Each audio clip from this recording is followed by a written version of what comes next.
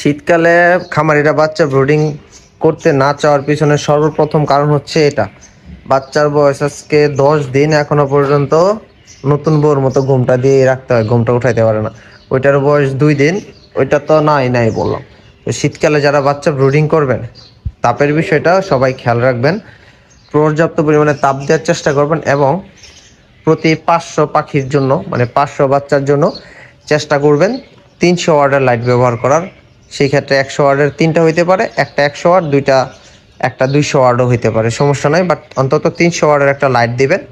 উপর দিয়ে এরকম পাতলা কাপড় একটা বা দুইটা দিয়ে ঢাইকে দিবেন, তাহলে ভিতরের অক্সিজেন লেভেলটা ঠিক থাকে, প্লাস হইতেছে বাচ্চা হিটটাও ঠিক থাকে। পলিথিন দিলে কিন্তু বাচ্চা ঘাইমা যায়।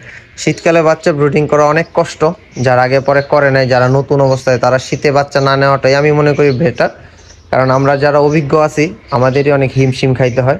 আপনার কী পরিমাণে লোড যায় যদি একটু দেখাই, দেখেন প্রত্যেকটা তারের গোড়া পুইরা ছাই হয়ে গেছে। মানে প্রতি এক বেস পালন করলে, পাখি পালন করলে এরকম প্রত্যেকটা বোর্ড, তারপর হচ্ছে প্রত্যেকটা এই যে টুপিন, এই হোল্ডার, এরকম মনে করেন 1000, 1500, 2000 টাকা রেগুলার চেঞ্জ করতে হয়। তো বুঝেন যে কি পরিমাণে লোড দিতে হবে স্বাভাবিক, না হলে তো আপনি বাচ্চা বাঁচাইতে পারবেন না। কারণ শীতে যে পরিমাণে, আর ভাগ্যটা জানি কেমন, আমি যেদিনই বাচ্চা নেই ওই দিন আর বাহিরে সূর্য দেখি না। আজকে বাহিরে সূর্যের একবারে কোনো অবস্থা নেই। আর অবশ্যই পর্দার দিকে সবাই মনোযোগ দিবেন। পর্দা একটা হচ্ছে কাগজ ব্যবহার করবেন, মানে কাপড়, এটা হচ্ছে কাপড়, পর্দার কাপড়। এর বাহিরে আমি প্লাস্টিক ব্যবহার করছি। যদি পারতাম টাকায় কুলাই তো তার উপরে আবার আরেকটা কাপড় ব্যবহার করতাম। তো যেহেতু টাকায় কুলাইতে পারি না, যার কারণে আমি ওইটা ব্যবহার করিনি।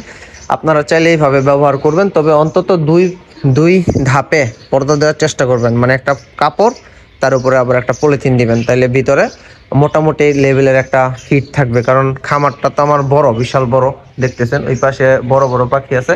তো যার কারণে এত বড় খামারে হিট উঠাইতে অনেক কষ্ট হয়। তারপরে তো উপর দিয়ে ফাঁকটাক আছে, এগুলা দিয়ে তো অনেক বাতাস ঢুকে, এটা কোনো ব্যাপার না। তো শীতে যারা বাচ্চা আগে পরে না পালন করেন, তারা চেষ্টা করবেন শীতে বাচ্চা না নেওয়ার জন্য। আর বাচ্চা নিলেও বাচ্চার টেক কেয়ারটা খুব ভালোভাবে করার চেষ্টা করবেন। বাচ্চা যদি অন্তত আপনার 3 থেকে 4 দিন খুব ভালো একটা সার্ভিস দিতে পারেন বিদ্যুতের দিক দিয়ে, তাহলে আশা করি ইনশাল্লাহ আপনার বাচ্চা ঘুরে যাবে, বাচ্চা নষ্ট হবে না। কিন্তু 10-15 দিন পর্যন্ত এইভাবে ঘুরে একটা হিটের ব্যবস্থা রাখতে হয়। যদি বড় জায়গা, আর ছোট জায়গা হলে তো কোনো ব্যাপার না, বাতাস টাতাস না ঢুকলে হয়ে যায়, সমস্যা নেই।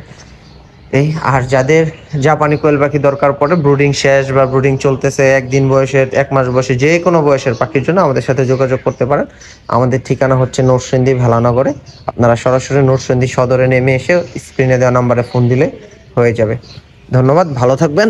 সর্বশেষ বাচ্চাগুলোই দেখেন, এই তো মাশাআল্লাহ, দেখছেন আমি একটা 200, এটাতে একটু বড় জায়গা থেকে দুইটাই 200 দিছি। আপনারা একটা 200, একটা 100 দিতে পারেন, সমস্যা হবে না।